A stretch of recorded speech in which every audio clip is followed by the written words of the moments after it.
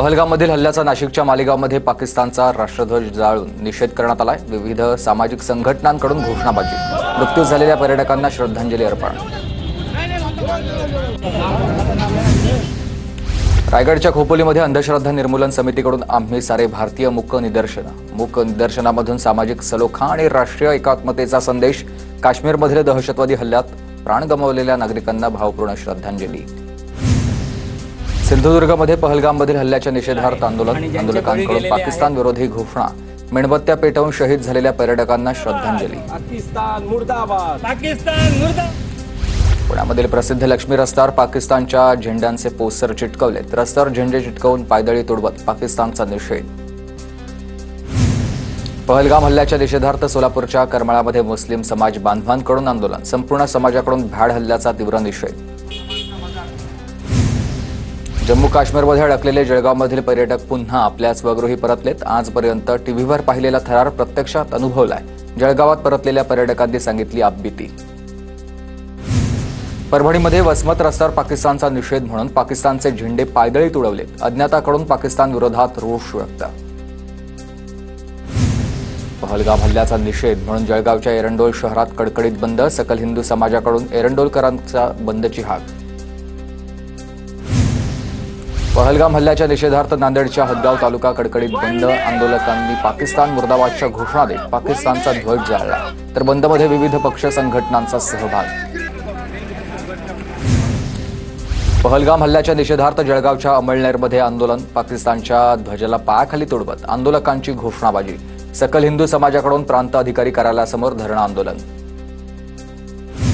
बुलढाण्यात स्वाभिमानी शेतकरी संघटना शेतकऱ्यांच्या विविध मागण्यांसाठी आक्रमक। कर्जमाफी, पीक विमा, शेतमालाला योग्य भाव देण्याच्या मागणीसाठी आंदोलन। स्वाभिमानीच्या कार्यकर्त्यांना पोलिसांनी ताब्यात घेतलंय।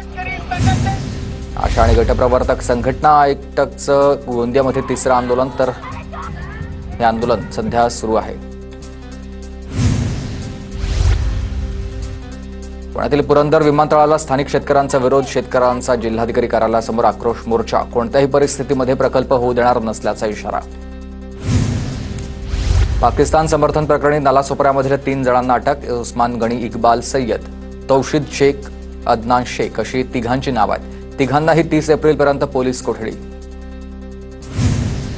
बेरोजगार दिव्यांग कृती समितीचे नांदेड जिल्हाधिकारी कार्यालयासमोर आंदोलन। दिव्यांगांसाठी असलेल्या योजनेची अंमलबजावणी करण्याची मागणी। जळगावच्या चाळीसगावमध्ये कांद्याची आवक वाढल्यानं दरामध्ये घसरण। कांद्याला 1050 रुपये प्रति किलो क्विंटलचा भाव आहे आणि कांद्याचे दर घसरल्यानं शेतकऱ्यांकडून नाराजी व्यक्त। पुण्याच्या मार्केट यार्डमध्ये अक्षय तृतीयेच्या मुहूर्तावर हापूस आंबा स्वस्त। कोकणातील आंब्याला मागणी वाढली। आंब्याला प्रति डझन 400 ते 800 रुपयांचा दर। विदर्भातील उन्हाच्या तडाख्यात देखील वाशिममधील प्रगतिशील शेतकरी विशाल ठाकरेंची संत्रा बाग हिरवीगार आहे आणि पाण्याचं योग्य नियोजन आणि मशागतीमुळे संत्र्याची बाग तडाख्याच्या उन्हातही तरली आहे।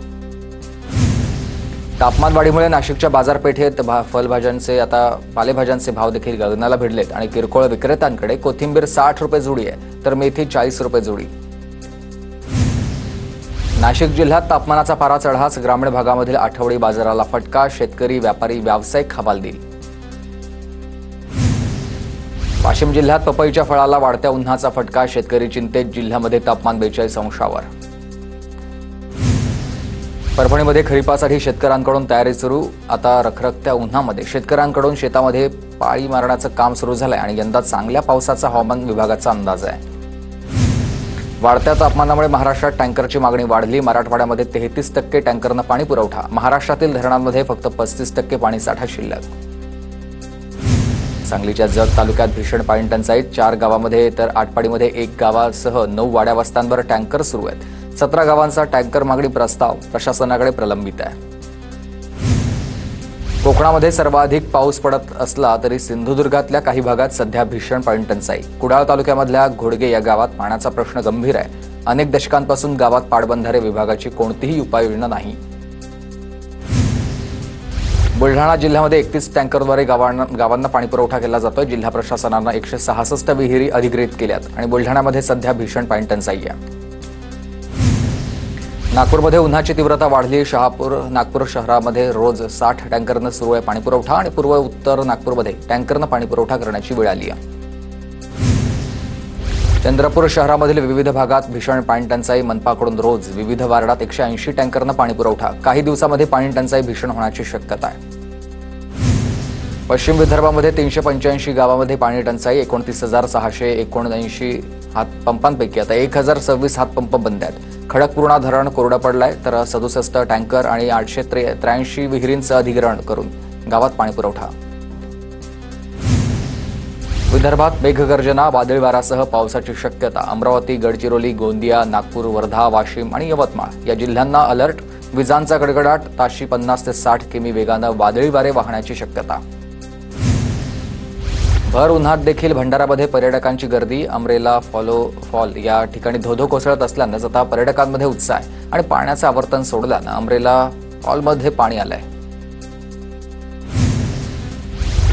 नाशिकच्या गडकरी चौक परिसरामध्ये एक मोठं झाड ट्रकवर कोसळलेलं आहे आणि परिसरामधील स्थानिक नागरिकांनी तात्काळ ट्रक चालकाला बाहेर काढलेलं आहे. ट्रक चालक किरकोळ जखमी आहे. सोलापूरच्या माढामधील कुरडूत वादळी वाऱ्यानं नुकसान झालंय. घरावरील पत्रे उडालेली आहेत. मोठी दुर्घटना टळली आहे. लातूरमध्ये वादळी वाऱ्यानं विद्युत पुरवठा खंडित. महावितरणकडून पावसाळ्यापूर्वीची कामं सुरू आहेत आणि काही ठिकाणी 12 तासापेक्षा अधिक काळ विद्युत पुरवठा बंद राहणार आहे.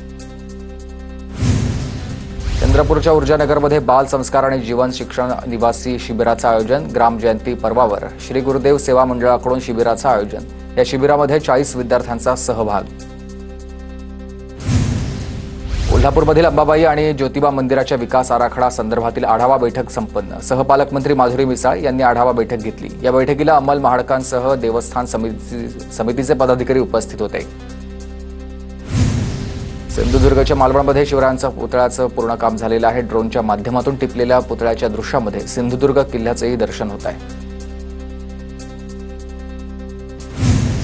पुण्याच्या भोरमधील रोहिडा किल्ल्याला राज्य संरक्षित स्मारकाचा दर्जा. राज्य शासनाच्या पर्यटन आणि सांस्कृतिक कार्य विभागानं संरक्षित दर्जा घोषित केला आहे.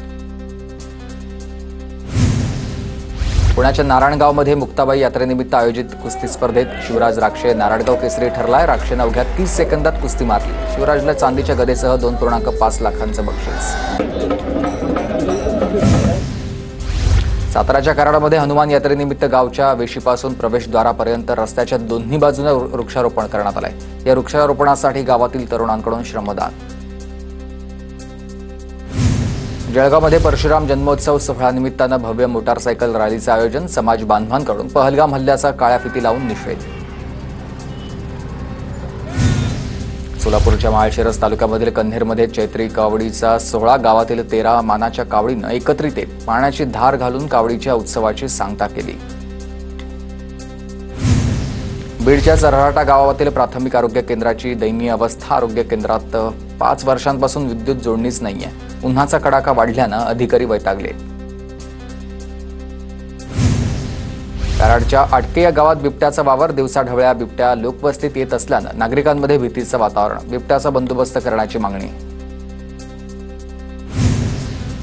वसईमध्ये एमडी बनवणाऱ्या फॅक्टरीचा पर्दाफाश झालाय. तब्बल 8 कोटी रुपयांचं एमडी जप्त करण्यात आलाय. सादिक शेख आणि सिराज पंजवानी या 2 व्यक्तींना अटक करण्यात आली आहे.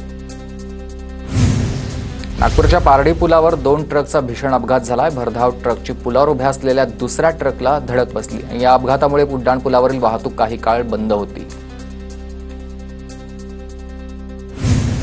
सोलापूरच्या करमाळामध्ये गावातील तरुणांकडून स्वच्छता मोहीम. 4 महिन्यांपासून स्वच्छता मोहिमेचा उपक्रम सुरू आहे. दर रविवारी 2 तास राबवली जाते मोहीम.